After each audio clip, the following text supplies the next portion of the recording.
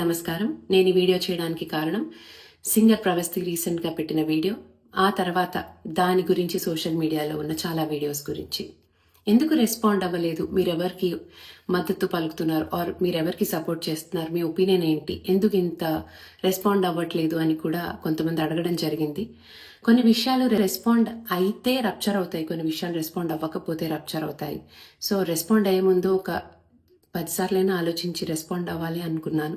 And ఈ విషయం గురించి తెలియడానికి కూడా నాకు పూర్తి అవగాహన రావడానికి చాలా టైం పట్టింది. బికాస్ ఐ వాస్ ట్రావెలింగ్, కంటిన్యూస్గా 3 days ట్రావెల్ చేస్తున్నాను, నాకు సరిగ్గా సిగ్నల్స్ లేవు.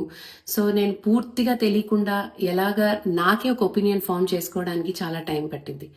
So first before I start, I just want to empathise with Pravasthi.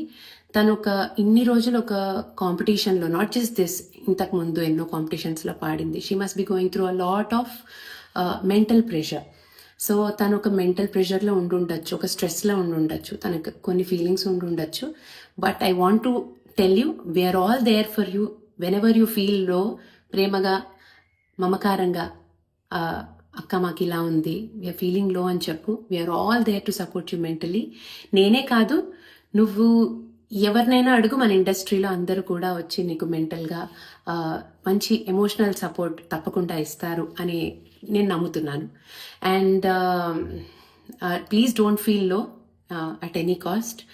Reality shows, ఇన్ని రియాలిటీ షోస్ పాడావు కాబట్టి ఒక్క రియాలిటీ షోతో లైఫ్ ఏమీ మారదు, అంత స్ట్రెస్ తీసుకోవద్దు. అండ్ బికాజ్ ఐ నో, అన్ని రోజులు ఒక రియాలిటీ షోలో పార్టిసిపేట్ చేసినప్పుడు చాలా ప్రెషర్ గోత్రూ అయి ఉంటావు. సో సడన్గా ఎన్నో విషయాలకి మైండ్ చాలా ఎఫెక్ట్ అవుతుంది. But my suggestion is please please please don't take anything to heart. There are a lot more important things than this. మనం ఉన్న ఈ సిచ్యుయేషన్లో కొన్ని ర్యాండమ్గా మాట్లాడినవి కూడా మనకి ఆపాదించేసుకుంటాం ఒక్కొక్కసారి. బట్ అలా ఆపాదించుకోకు. We're all there to support you emotionally. And ఇకపోతే నేను మామూలుగా ఇలాంటి ఒక షోస్ నుంచి వచ్చాను కాబట్టి, ఇలాంటి షోస్ కండక్ట్ చేసే వాళ్ళ పర్స్పెక్టివ్లో చూస్తే, ఈ అమ్మాయి ఏ పాట పాడితే బాగుంటుంది అనుకుని రకరకాల డిస్కషన్ సాంగ్ సెలెక్షన్లో చేయడంలో తప్పులేదు. ఎన్నో డిస్కషన్స్ అవుతూ ఉంటాయి.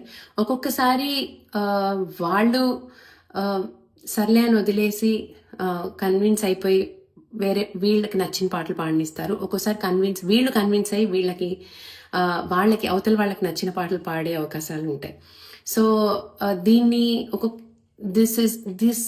all these are a part and parcel of stepping stones to success అని అనుకోవాలి.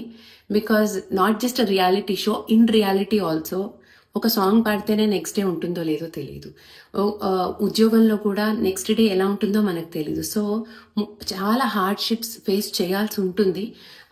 వాటిని ఏ విషయానికి ఎంత సీరియస్నెస్ మనకి ఇవ్వాలి అనేది మనం ఆలోచించుకోవాలి.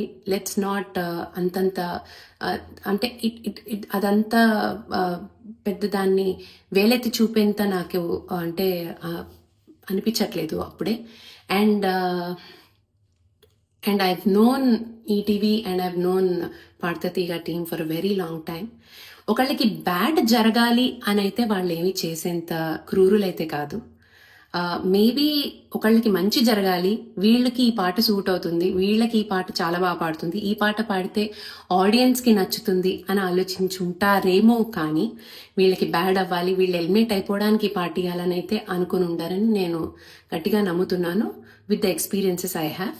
అండ్ ఇకపోతే జడ్జెస్ గురించి వస్తే, సునీత గారు కానీ, కీరవాణి గారు కానీ, చంద్రబోస్ గారు కానీ ఒకళ్ళ ఓటమిని ఎంజాయ్ చేసే రకం అయితే కాదు. అదైతే నేను నమ్ముతాను. ఎందుకంటే వాళ్ళందరూ కూడా ఎన్నో ఒడిదుడుకులు ఎదుర్కొని ఈ స్టేజ్కి వచ్చారు. సో డెఫినెట్లీ మేబీ ఆ టైంలో ఒకళ్ళు పాడిన పాట నచ్చకపోయి ఉండనంత మాత్రాన వాళ్ళకి ఆ పర్సన్ అంటే ఇష్టం లేకపోవడం, ఇష్టం ఉండడం అనేది ఉండదని నేను అనుకుంటున్నాను.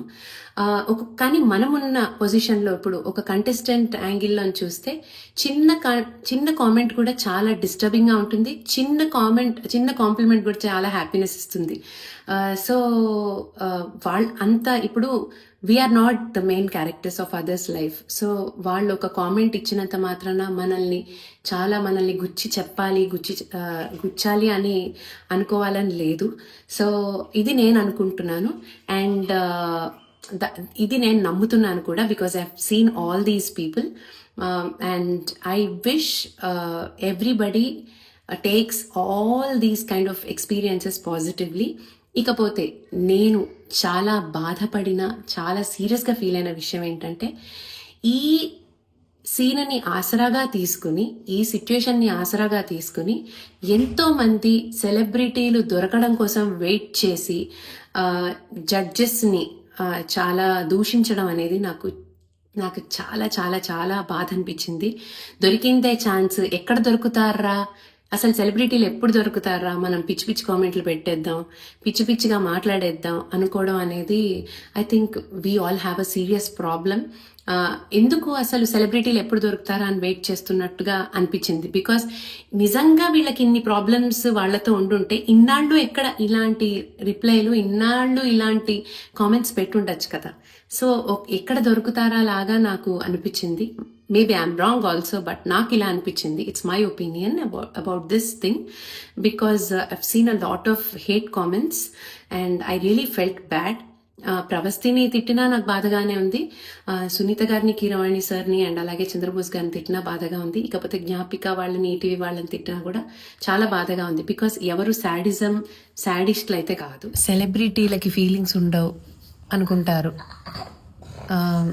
ఏదో ఒకటి మాట్లాడేస్తారు, కానీ చాలా ఎఫెక్ట్ అవుతారండి అందరూ. I think we have to be ఒక పక్క మనం అంటే ఆనెస్ట్లీ ఈ సిచ్యుయేషన్లో నాకు బ్యాడ్ కామెంట్స్ పెట్టే వాళ్ళందరూ హిపోక్రట్స్లా అనిపిస్తున్నారు. ఎందుకంటే ఓ పక్క ఎవరికో సెన్సిటివ్గా లేరని చెప్పి ఇన్సెన్సిటివ్గా ఉన్నారనే ఫీల్ అవుతూ అవతల వీళ్ళకి ఇన్సెన్సిటివ్ కామెంట్ పాస్ చేస్తున్నారు చాలామంది. అక్కడ I'm really feeling very sad and bad. So I feel everyone has to be sensitive towards everyone. I think this is a kind of a reminder to everyone. మనం కొన్ని ర్యాండమ్గా మాట్లాడచ్చు, but అవతల వాళ్ళు they could be thinking మనం ఏదో poke చేస్తున్నాం అనుకుంటూ ఉండొచ్చు. కొన్ని మనం జనరలైజ్ చేసి మాట్లాడచ్చు, బట్ అవతల వాళ్ళని అంటున్నాం అనుకోవచ్చు. కొన్నిసార్లు మనం ఫీల్ అవ్వచ్చు, అవతల వాళ్ళు మనం ఓవర్ రియాక్ట్ అవుతున్నాం అనుకోవచ్చు. So before we come to a conclusion, it's always better to communicate అన్నది నేను నమ్ముతున్నాను అండ్ యూజువల్లీ నమ్ముతాను. And everybody will have a story. ఇప్పుడు విన్ అయిన వాళ్ళ నుంచి, సెలెక్షన్స్లో ఓడిపోయిన వాళ్ళ నుంచి ప్రతి వాళ్ళకి ఒక్కొక్క స్టోరీ ఉంటుంది. పలానా రోజు పలానా జరిగింది, పలానా జరగకపోయింటే నేనే వెళ్ళేదాన్ని, నేనే విన్ అయ్యేదాన్ని అని ఇలాగా ఏదో ఒక స్టోరీ అందరికీ, నాట్ జస్ట్ సింగింగ్ షోస్ అనే కాదు, ఇలా అందరికీ ఏదో ఒక స్టోరీ ఉంటూనే ఉంటుంది. అండ్ రియాలిటీ షోస్లో ఒకళ్ళని టార్గెట్ చేసి వాళ్ళని తీసేయాలి అనే ఉంటే అసలు వాళ్ళని ఫస్ట్ ఆఫ్ ఆల్ షోలోకి తీసుకోకుండా బిగ్గర్ సెలెక్షన్స్లోనే స్క్రూటినీ చేసేసి తీసేయచ్చు. కానీ స్క్రూటినీ అప్పుడే తీసేయచ్చు. కానీ రియాలిటీ షోస్ అనేవి ఏంటంటే టీఆర్పీస్, సాంగ్స్, ఆ కంటెస్టెంట్ ఏ సాంగ్ పాడితే ఆడియన్స్ ఎంటర్టైన్ అవుతారు, ఇవన్నీ కూడా ఆలోచించే ప్రాసెస్లో ఒక్కొక్కసారి కొంతమంది హర్ట్ అవ్వచ్చు, ఒక్కొక్కసారి కొంతమందికి చాలా ప్లస్ అవ్వచ్చు, కొంతమందికి మైనస్ అవ్వచ్చు. This is all part and parcel of the journey we go through in our life at our respective careers.